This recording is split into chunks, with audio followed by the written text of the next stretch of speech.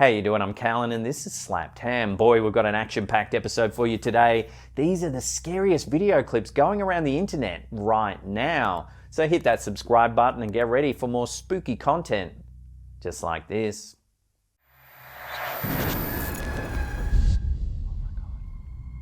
Here's a quick and eerie snippet from YouTuber Hype Mike. While camping deep in the wilderness, he was jolted awake by something strange outside his tent. All the time, as well as... At first, it's just faint noises, but then it sounds like something is running straight at him.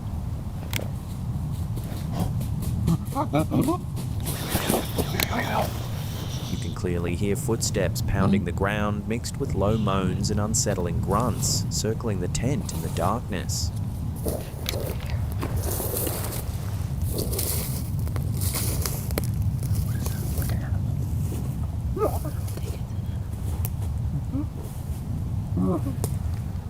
Whatever it was, it never revealed itself, leaving viewers to wonder, was it a wild animal, a prankster in the woods, or something much stranger lurking just out of sight? They got it.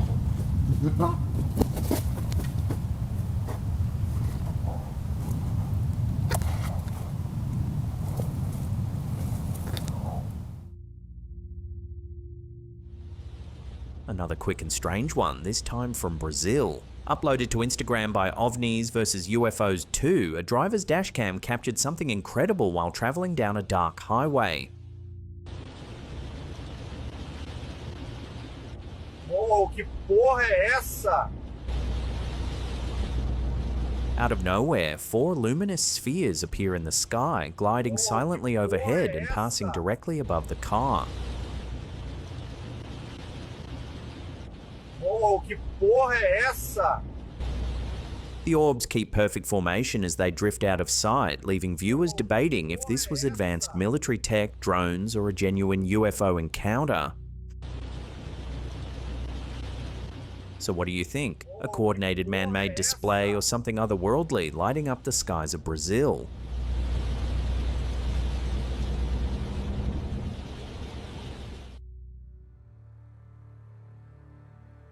In 1994, Steve Jackson Games released Illuminati New World Order, a tongue-in-cheek collectible card game satirizing secret societies and global conspiracies. But decades later, the game has taken on a strange afterlife, with conspiracy theorists claiming its cards predicted real-world events. The deck included more than 400 cards, covering everything from disasters to politics. Among the most cited predictions is the terrorist nuke card showing an explosion over a city skyline, compared by many to the 9/11 attacks. The epidemic card, featuring imagery of masks and medicine, is linked to COVID-19. Others point to cards of a charismatic leader addressing a crowd as an eerie match for Donald Trump's rallies. And now a new twist has emerged. One card titled "Enough is Enough" has been widely circulated alongside footage of Trump saying the same phrase during a speech. The title of the clip is also "Enough is Enough." The image on the card even resembles Trump's face. After the recent assassination of Charlie Kirk, conspiracy theorists have doubled down, noting that one of Kirk's final YouTube shorts before his death was this very "Enough is Enough" Trump clip, feeding claims that the card predicted not only Trump's rise, but also deadly political unrest. Skeptics argue these links are coincidences. With hundreds of cards, many dealing with broad crises like war, disease, and protests, it's not surprising that some can be retrofitted to match history. Psychologists say this is a classic case of confirmation bias, pattern matching vague imagery to events after the fact, and some modern images circulating online are edits or fan-made overlays, making the predictions seem sharper than they were in the original 1994 deck. Still, the fascination endures. Whether it's 9/11, COVID, Trump rallies, or even the Kirk assassination, people continue to mine the Illuminati card game for prophecy. But was it truly predicting the future, or just reflecting the same anxieties and conspiratorial themes that still shape our world today? This unsettling piece of footage was uploaded to TikTok by user Boaz83. While traveling through the Appalachian Mountains, a campervan owner was jolted awake in the middle of the night by strange scratching sounds outside.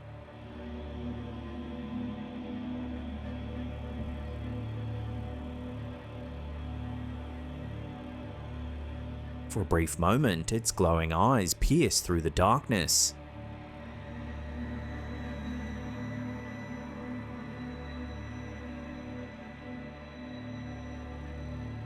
Some viewers think it was a mountain lion or another big cat, but given the location, deep in the Appalachian Mountains, others wonder if it could be something far stranger.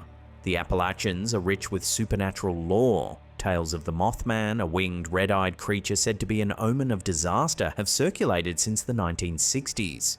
Legends also speak of the Wampus Cat, a mysterious feline beast tied to Cherokee folklore. There are stories of sheep squatch, devil dogs, and strange lights known as brown mountain lights flickering across the ridges. And some locals whisper of skinwalkers or witches in the woods, shapeshifters drawn from native traditions and frontier superstition. So was this a prowling predator? Or could the Appalachians have revealed one of their cryptid secrets?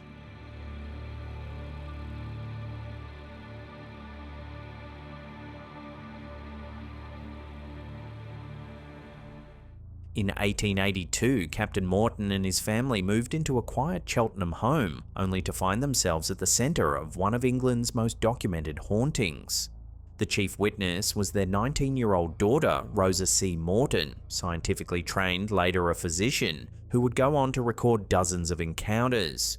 The apparition was described as a tall woman in black, dressed in widow's weeds, often weeping into a handkerchief. She appeared at the head of the stairs in the drawing room or by the garden door, only to vanish. Solid enough to be mistaken for a living person, she gave an overwhelming impression of grief. Attempts to touch her failed, she would slip away or pass straight through walls. And Rosa wasn't alone. More than 20 independent witnesses, family, servants, neighbours, even passing visitors, reported seeing the spectral lady or hearing her presence. A charwoman followed her across the orchard until she simply melted into the air. Servants heard footsteps and turning door handles when no one was there. One maid was so terrified she suffered partial paralysis after an encounter. Dogs barked, growled, or cowered as though greeting then fleeing from an unseen guest. The phenomena weren't just visual. Light, deliberate footsteps echoed through the halls. Bedroom doors rattled with knocks, dragging noises, and thuds. There were reports of a candle flame floating across a room without a candle to hold it. Rosa even tried experiments, stretching strings across the staircase. The ghost passed straight through without disturbing them. Investigators with the Society for Psychical Research gathered signed statements and letters, strengthening the case. Many believed the apparition was the second Mrs. S, a previous resident who had quarrelled bitterly with her husband and stepchildren before her death in 1878. Her likeness matched the figure, and her anniversary was often marked by the ghost's reappearance. By the late 1880s, the sightings grew rarer, and by 1892 they had faded almost completely. Witnesses noted the ghost herself seemed to weaken with time. Once solid and lifelike, she eventually appeared only as a thin, shadow-like form. The Cheltenham ghost remains one of the most compelling cases in Victorian psychical research. A weeping widow who, for nearly a decade, refused to leave her troubled home behind. At a local Little League game in Ciudad Juarez, a parent filmed their kid playing baseball, and only later, when they checked the footage, did they spot something odd.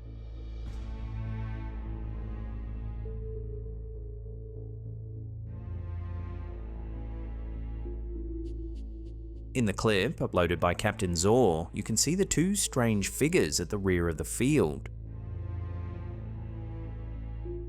They look translucent and flicker with light.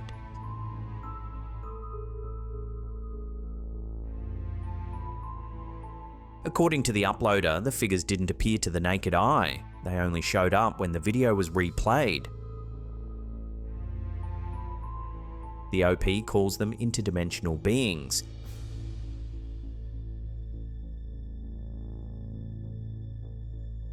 It's a spooky shot, brief, uncanny, and exactly the kind of thing that goes viral. But there are other possibilities to weigh. Video compression artifacts, lens reflections, double exposed frames, motion blur catching spectators mid-move, or even deliberate editing. What do you see? A camera quirk, a prank, or something that doesn't belong in our dimension?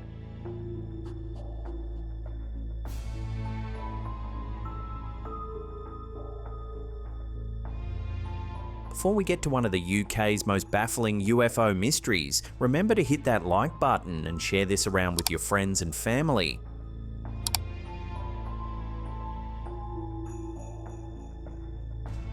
On November 28, 1980, West Yorkshire police officer Alan Godfrey was on patrol in the early hours searching for missing cows along Burnley Road in Todmorden. What began as a routine shift became one of Britain's most famous UFO cases. Ahead on the road, Godfrey saw what he first thought was a bus blocking his path. But as he got closer, he realised it was no bus. It was a diamond-shaped craft about 20 feet wide and hovering 5 feet above the ground. The object appeared to rotate at the base, while the top half stayed still, lined with dark panels like windows.